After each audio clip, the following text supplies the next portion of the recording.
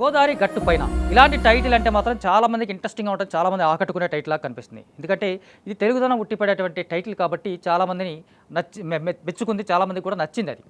ఆ సినిమాలో నటించినటువంటి హీరో సుమంత్ ప్రభాస్ ఆల్రెడీ అతను మేం ఫేమస్ అయినటువంటి ఒక తెలంగాణ బ్యాక్డ్రాప్లో సినిమాకి సంబంధించినటువంటి డైరెక్టర్ కమ్ హీరో కూడా ఆ సినిమాకి సంబంధించి.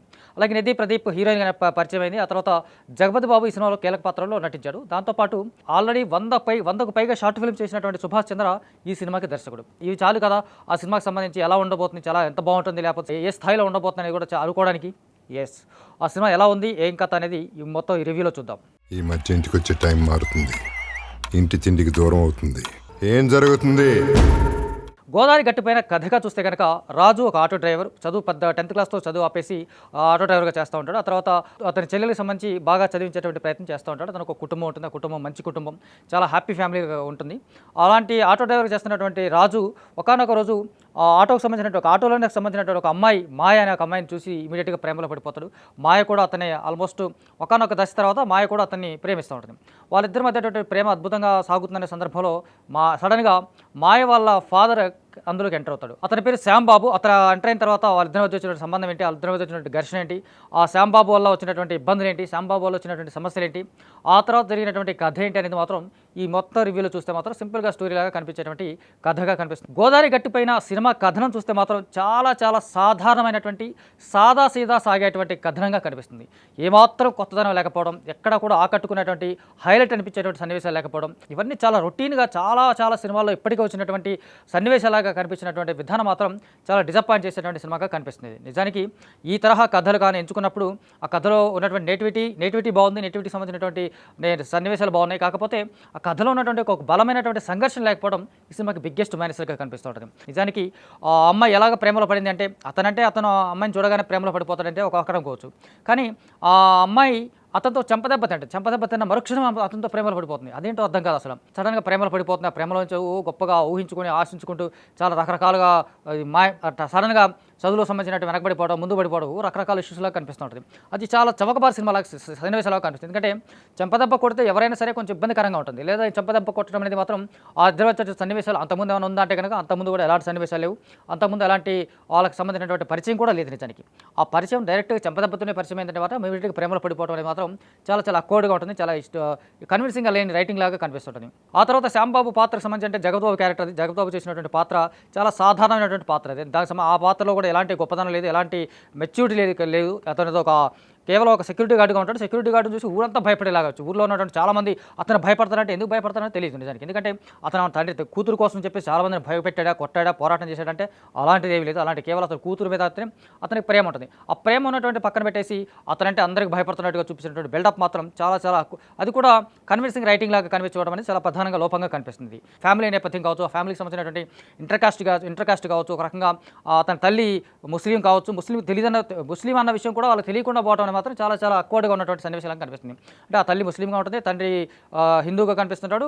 ఇటు హీరోయిన్ ఫ్యామిలీ మొత్తం క్రిస్టియన్ ఫ్యామిలీ, ఇలా ఒక సెక్యులర్ ఫ్యామిలీ లాగా కనిపించేటువంటి సెక్యులర్ సినిమాలాగా కనిపించేలాగా ఇది ప్రజెంట్ చేసినటువంటి విధానంగా కొంతవరకు బాగున్నట్టు, కానీ దాన్ని ప్రజెంట్ చేసినటువంటి విధానం మాత్రం చాలా బాగాలేదు, ఆకట్టుకోలేదు, ఎట్టి పరిస్థితుల్లో మెప్పించలేకపోయినటువంటి సన్నివేశాలుగా కనిపిస్తుంది.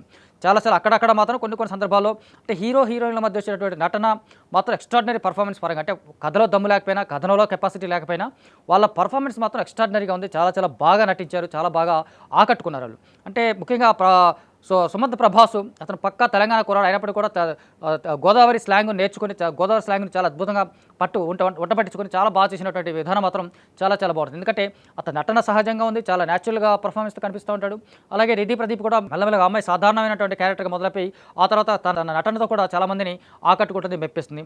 అలాగే రీను అన్నట్టు ఇంకొక అమ్మాయి ఉంటుంది, ఇంకొక అమ్మాయి హీరో వాళ్ళ మరదల క్యారెక్టర్లో కనిపిస్తుంది. అమ్మాయి చాలా చాటర్ బాక్స్ లాగా లోడలో వాగుతూ ఉంటుంది. ఆ పాత్ర నిజంగా బాగుంది, ఆ పాత్ర ప్రజెంట్ చేసినటువంటి విధానం బాగుంది, ఆ అమ్మాయి కూడా బాగా చేసింది. కాకపోతే కన్విన్సింగ్ లేదు. అంటే అతను బావ కాబట్టి ఆ బావతో ప్రేమలో పడిందా, ప్రేమలో పడదా, బావ ప్రేమలో పడ్డాడు కాబట్టి వేరే ఒక ఎన్ఆర్ఐని పెళ్లి చేసుకుంటా అని చెప్పేసి చాలా క్యాజువల్గా చెప్పుకోవడం, అంటే అందులో ఎలాంటి బలమైనటువంటి సంఘర్షణ లేకపోవడం, బలమైనటువంటి నేపథ్యం లేకపోవడం అనేది మాత్రం అదొక లోపంగా కూడా కనిపిస్తుంటుంది. రాజీవ్ కనకాల పాత్ర కూడా చాలా బాగుంది. కాకపోతే అతని పాత్ర ఇచ్చినటువంటి చిన్న ట్విస్ట్ మాత్రం ఈ సినిమాలో చాలా బాగుంటుంది. ఎందుకంటే ఆ పాత్రకు సంబంధించి, లేకపోతే ఆ పాత్రకు సంబంధించినటువంటి ఒక అమ్మాయికి క్యారెక్టరు, ఆ అమ్మాయితో పాటు హీరో పాత్రకు సంబంధించినటువంటి ఒక ముడిపడిన లంకె పెట్టినటువంటి ఒక క్యారెక్టర్ కావచ్చు, ఇవన్నీ కూడా కొంచెం అది కొంచెం బెటర్గా ఉంటుంది, చాలా ఆకట్టుకునేలాగా కనిపిస్తుంది. ఓవరాల్గా చూస్తే కనుక ఇది ఒక సాధారణమైనటువంటి ప్రేమ కథ, చాలా రొటీన్గా సాగేటువంటి సినిమా, చాలా అత్యంత సాధారణమైనటువంటి సన్నివేశాలతో కనిపించినటువంటి సినిమా కనిపిస్తుంది. ఏమాత్రం ఆకట్టుకోలేకపోయింది, పెద్దగా మెప్పించలేకపోయింది.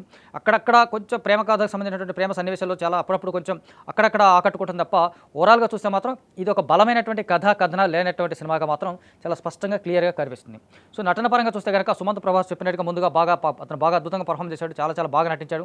అంటే కథలో దమ్ము లేకపోయినా అతను చేసినటువంటి నటన మాత్రం చాలా బాగుంది. అలాగే రిధి ప్రదీప్ కూడా చాలా చాలా బాగా యాక్ట్ చేసింది. జగద్బాబు పాత్రకు సంబంధించి చూస్తే కనుక అది కొంచెం అతని తెచ్చిపెట్టినటువంటి నటనలా కనిపిస్తుంది తప్ప చాలా సహజమైన నటనలా కనిపిస్తుంది. ఎందుకంటే జగద్బాబు క్యారెక్టరేషన్ పరంగా చూస్తే కనుక అదంత గొప్పగా లేదు, అతను గొప్పగా రాసినట్టుగా, అంటే అతను గొప్పగా చేశాడా లేదా పక్కన పెడితే కనుక ఆ రైటింగే చాలా వీక్గా కనిపిస్తుంది. అలాగే కమెడియన్స్ పాత్రలో నటించినటువంటి వాళ్ళు కావచ్చు, అంటే రొటీన్ క్యారెక్టర్ లాగా కనిపిస్తుంది. అలాంటి ఎక్కడ కొత్తదనం లేనటువంటి పాత్రలు కాబట్టి అంత రొటీన్గానే కనిపిస్తాం. ఆ పాత్ర అక్కడక్కడ కొంచెం నవ్వించినటువంటి పాత్రలు కనిపిస్తూ ఉంటాయి. ఆ తర్వాత టెక్నికల్గా చూస్తే కనుక ఇలాంటి సినిమాల్లో, ప్రేమ కథా సినిమాలు అంటే మాత్రం కొంచెం అద్భుతమైనటువంటి సంగీతం కనిపిస్తుంది, పాటలు కనిపిస్తుంటాయి. అది కూడా ప్రధానంగా ఈ సినిమాలో ప్రధానమైనటువంటి మైనస్గా కనిపిస్తుంటుంది. ఎందుకంటే పెద్ద పాటలు గొప్పగా ఒక పాట మాత్రం చాలా బాగుంటుంది, చాలా అది కూడా సడన్గా తెచ్చిపెట్టుకున్నటువంటి పాటగా కనిపిస్తుంది, అంటే తెచ్చిపెట్టుకున్నట్టుగా వచ్చినటువంటి సన్నివేశంగా కనిపిస్తుంది తప్ప పాట బాగుంది కానీ ఈ పాటకు సంబంధించినటువంటి సన్నివేశం మాత్రం లేదా సందర్భం మాత్రం చాలా సెట్గా అక్వర్డ్గా ఉందని మాత్రం చాలా తెలుస్తుంది మనకు.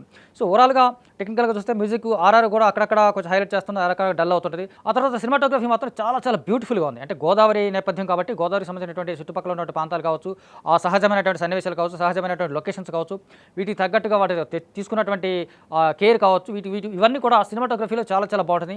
అలాగే ఎడిటింగ్ పరంగా చూస్తే కనుక చాలా చాలా సన్నివేశాలు రిపీటెడ్గా కనిపిస్తుంటాయి సినిమా సంబంధించి. అంటే హీరోయిన్ పాత్రలు కావచ్చు, లేకపోతే హీరోయిన్ ఫ్యామిలీ క్యారెక్టర్స్ కావచ్చు, లేకపోతే జగద్బాబు పాత్ర కావచ్చు, అది రిపీటెడ్ సన్నివేశాలుగా కనిపిస్తుంది కాబట్టి అది ఎడిటింగ్ పరంగా చూస్తే అదొక మైనస్ లాగా కనిపిస్తుంది. డైలాగ్స్ కూడా చాలా సాధారణమైన డైలాగ్స్ ఉంటాయి తప్ప చాలా గొప్పగా కనిపించేటువంటి డైలాగ్స్ లేవు. అంటే రొటీన్గానే కనిపించేటువంటి కథ కనిపిస్తుంది. ప్రొడక్షన్ వాల్యూస్ బాగుంది, ప్రొడక్షన్ వాల్యూస్ అయితే బాగుంది.